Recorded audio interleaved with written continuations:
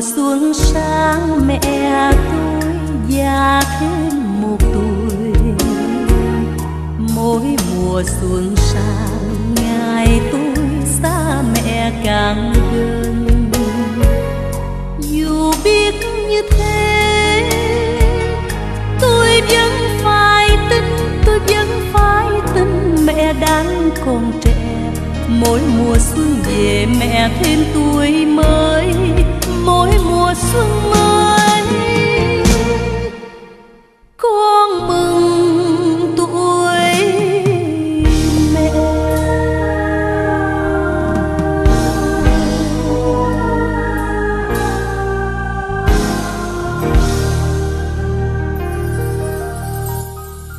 Theo quý vị, khoảng cách xa nhất trên thế giới là từ cực Bắc đến cực Nam, hay là giữa hai đầu của một nửa vòng xích đạo?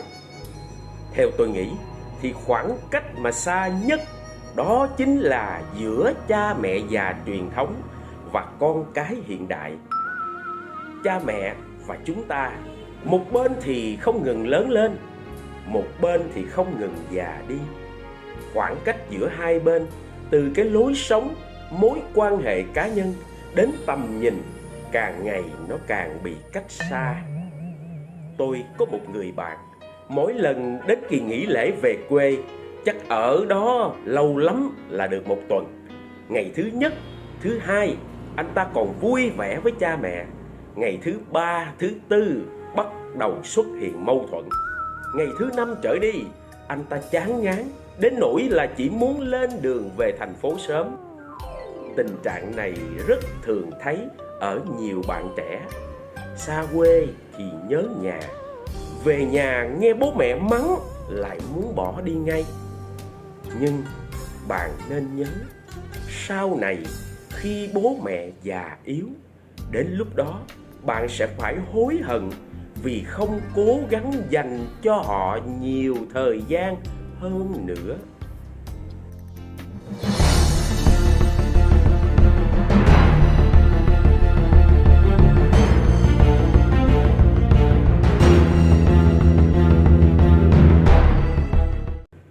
Kính thưa quý vị, người trẻ cảm thấy chịu thiệt thòi vì bố mẹ không thấu hiểu chính mình. Bố mẹ cũng khổ sở vì không theo kịp thời đại, không bắt kịp suy nghĩ tiên tiến của con cái. Ichiro Kishimi, tác giả của cuốn The Courage to be Idiotic, từng kể: khi còn trẻ, anh mải mê bận rộn với cuộc sống riêng, với gia đình nhỏ của mình, nên rất hiếm khi liên lạc với người cha sống đơn độc. Sau đó, cha anh mắc chứng bệnh Alzheimer và dần quên đi những thứ có liên quan về anh.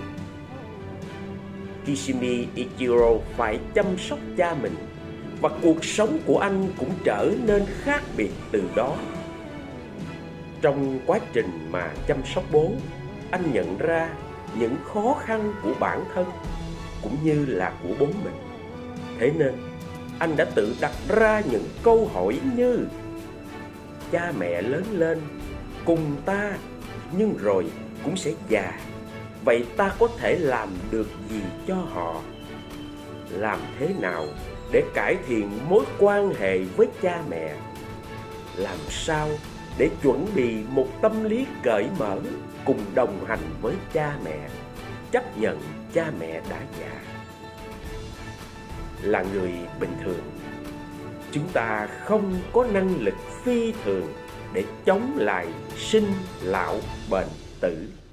Vì thế, chúng ta chỉ có thể can đảm đối mặt với sự lão hóa, cho dù đó là cha mẹ hay chính chúng ta.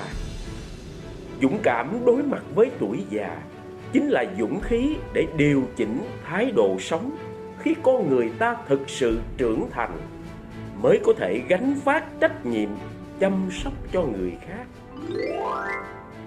Muốn hòa hợp với cha mẹ, có hai điều kiện cần phải đáp ứng. Điều thứ nhất, nhận ra giá trị của bản thân. Đừng quá khát khao sự đánh giá công nhận của người khác, dù đó là cha mẹ. Thông minh, tài giỏi nhiều lúc chỉ là ảo giác. Khi còn nhỏ, bạn học bài, ca hát đều được khen là thông minh, không có nghĩa là bạn thực sự có IQ hơn người. Bạn chỉ nhạy bén trong lĩnh vực đó hơn một chút mà thôi.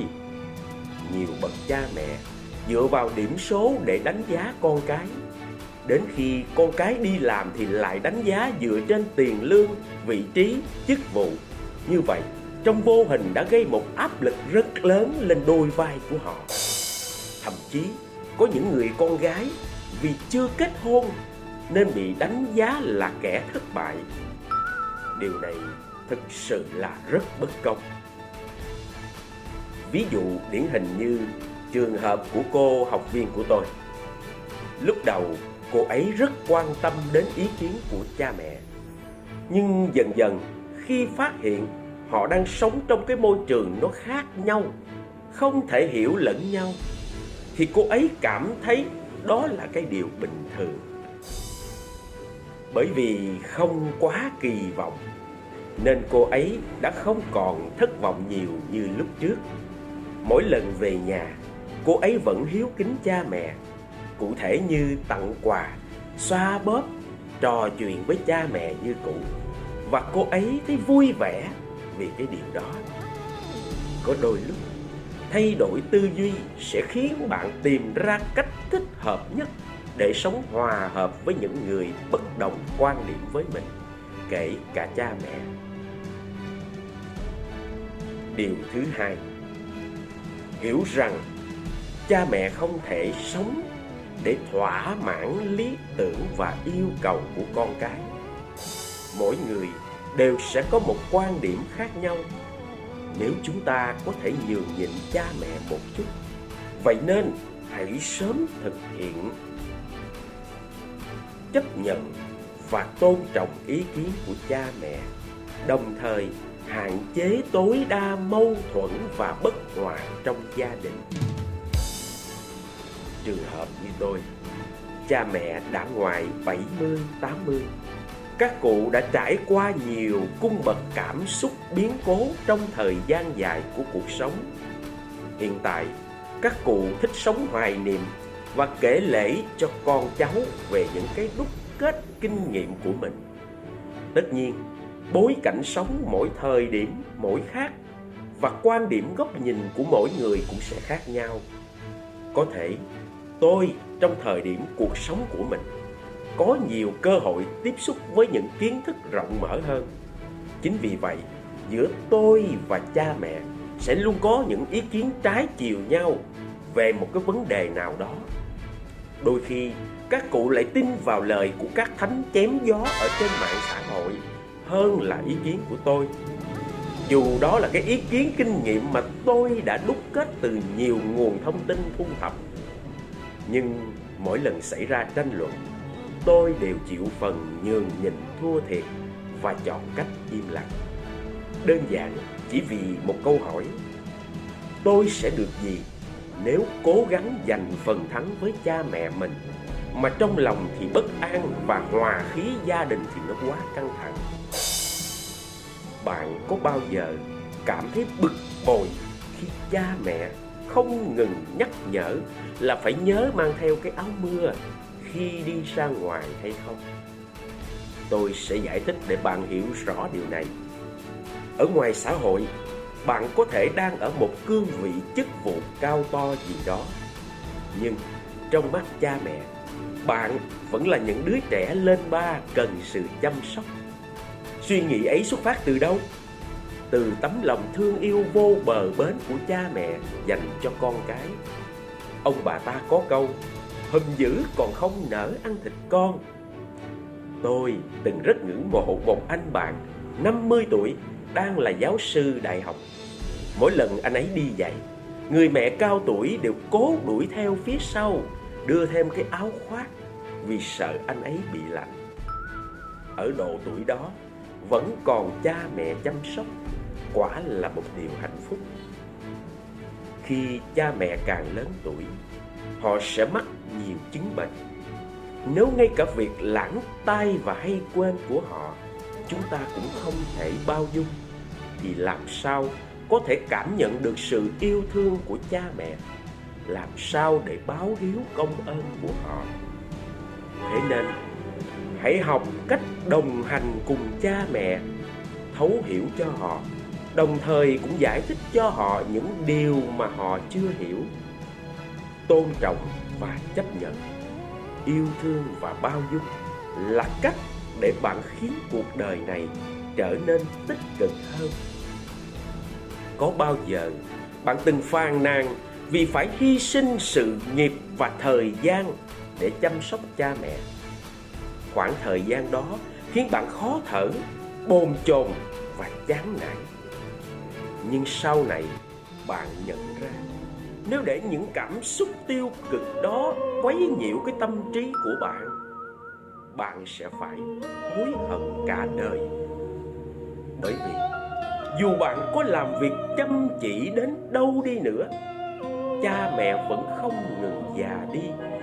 Một ngày nào đó bạn không còn cha mẹ trên đời để nhắc nhở, la mắng những điều nhỏ nhặt nữa, bạn sẽ cảm thấy thế nào? Một bông hồng cho anh, một bông hồng cho em, và một bông hồng cho những ai đang còn mẹ để lòng vui sướng hơn. Rồi mai này mẹ hiền có mất đi, như đóa hoa không mặt trời, như trẻ thơ không nụ cười, ngỡ đời mình không lớn khôn thêm, như bầu trời thiếu ánh sao đêm. Kính thưa quý vị, phần chia sẻ của tôi đến đây là hết. Nếu quý vị thấy hay, hãy like và chia sẻ gieo hạt cho nhiều người được biết. Quan trọng, nhớ đăng ký kênh và bấm chuông thông báo để nhận thêm những kiến thức giá trị tiếp theo. Và hãy cho tôi biết bí quyết của bạn để giữ sự hòa hợp của mình với cha mẹ đó là gì. Chân thành cảm ơn quý vị. Mẹ là lọn mía ngọt ngào, mẹ là nải chuối buồng cau, là tiếng rẽ đêm thâu, là nắng ấm nương dâu, là vốn liếng yêu thương cho cuộc đời.